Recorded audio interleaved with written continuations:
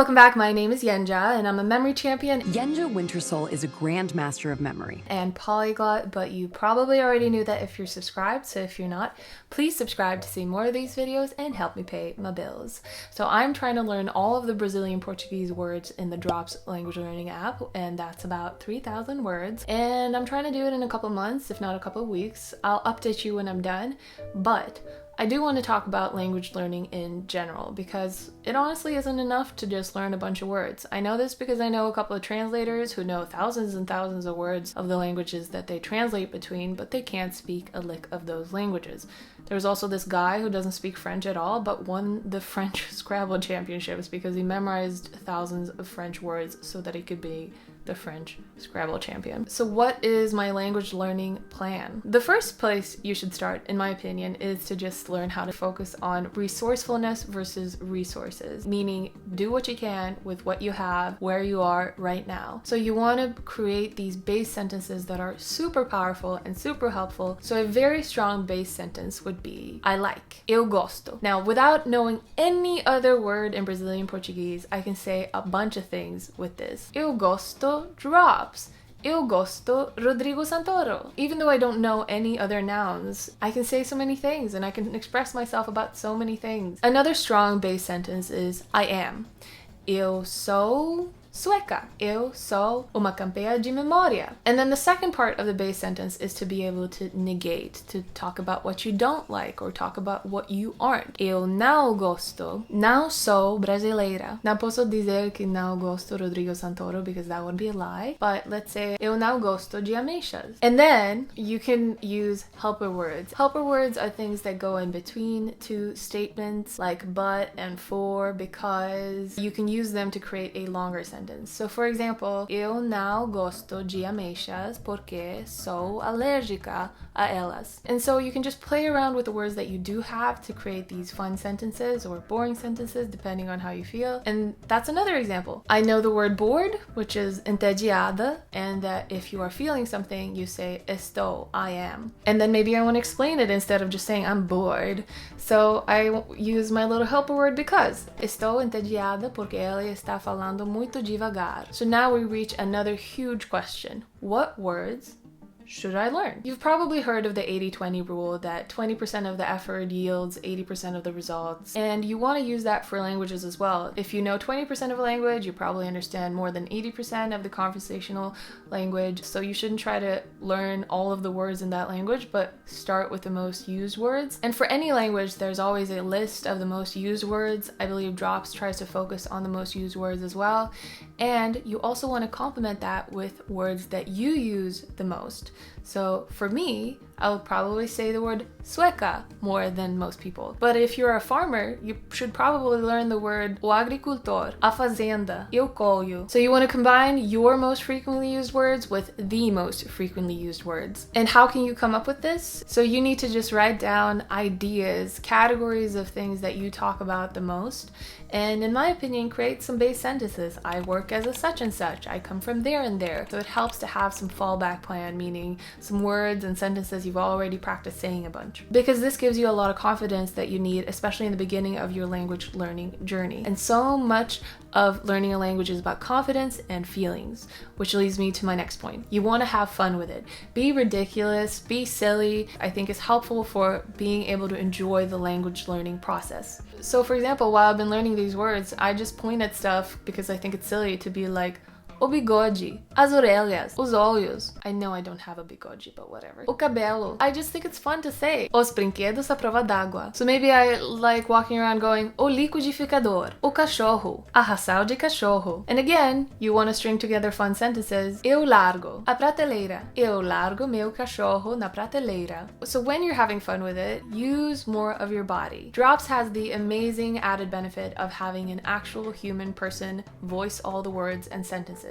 And that's tremendously helpful because when it's being said out loud, you can actually copy her speech, and you can also double tap it to have her say it slower so you can actually hear the little pronunciation nuances. Also, when you're saying it out loud, you have the added benefit of creating a muscle memory in your boca, lábios, os dentes, língua. So when she says a caixa de transporte de animais, it's so easy for me to be like, oh, okay, I can read that word. I don't need to say it out loud.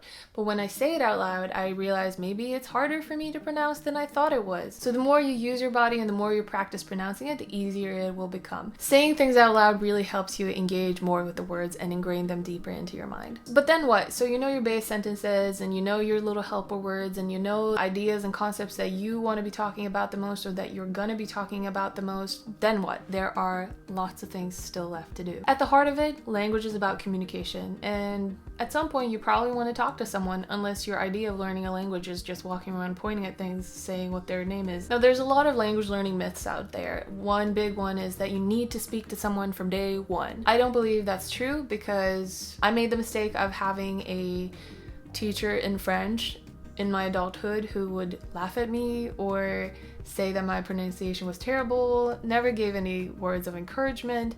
And so even though my comprehension in French is huge and I can listen to podcasts and watch movies without subtitles, my expression is still very limited because it can hinder you if you have a bad experience in the beginning. Now, if you don't care and you're so confident and you can just do it, then go ahead. But know yourself and know if you would feel comfortable speaking from day one or not. When you feel more relaxed and when you feel more comfortable, you're better able to learn. Which brings me to my next point. Learn through context. Have more input. My suggestion is just do what you find fun already, but in the new language. So if you watch a lot of Netflix, change your Netflix settings to be in that new language. If you read a lot of books, try to read simpler books, or maybe a book that you already have read in one language in the other language. So whatever you already find enjoyable and relaxing, do that. The input should be something you like, and the input should be something that's comprehensible. It doesn't mean that you need to understand 90% of what's being said, but just even 10% can be so exciting, especially in the beginning. So for example, for me, I like video games. Eu gosto os jogos de videogame. I love football. I like watching Twitch streams, and I'm learning Portuguese. So obviously, a perfect thing for me to do is to watch Neymar, the Brazilian football player, play video games on Twitch. This is also great because both in the chat and on the stream, it's actual spoken language and not these random words that you learn from language courses that say stuff that you would never say in real life, like, this is a man, the horse is brown. Hearing the words and hearing the natural language being spoken is going to be so helpful for comprehension. I like Neymar also because it is comprehensible input. He usually uses words that I understand. He is not talking about the Prussian War or something else that I don't care that much about. Isso, ó, mão direita, tu joga a mão direita no joelho esquerdo, mão esquerda no joelho direito, bate palma na frente, bate palma atrás, cruzou os braços tocando nos ombros, tocou no ombro de novo, sem cruzar os braços e roda o peão. And the wonderful thing about learning through context and input is that you can learn grammar more intuitively than by sitting in a classroom and memorizing a bunch of rules. Now let's talk about expression. Expression will come easily for you if you do something called the listen and pronounce method. The basic principle is that you want to listen to a native speaker and repeat after them. A célula. A célula. Added bonus is if you record and play it back. You know when you hear yourself speak in real life versus on tape and it sounds completely different? It's like that, but even more so with pronunciation. When you hear a recording of yourself, you hear pronunciation nuances way better than when you're just speaking. The main takeaway from all of this is that learning should be fun. Do what you already do that you find fun, and do it in the new language. And learn the words that you find fun. I like the contrast of having an accent and saying colloquial things. That's one of my favorite things to do in French, is to be like, ah, la bouffe, because it means like grub, like slang for food, but it's cute because of the accent, I've been told. I like learning slang and swear words, and I'm not gonna say any of them to you, but I do have a list of Brazilian Portuguese swear words as well. So if there's one takeaway from this video, you learn better by having fun. So if you'll excuse me, I have a lot of Brazilian football streams to watch and I need to learn how to curse when my team doesn't score a goal. And soon enough, I will be revealing how fast it took for me to learn all the words and how I did it. I'm so happy and so grateful you watched until the end of this video. You are truly a rare and great person with a huge attention span compared to most people. And I'll see you next week. Bye!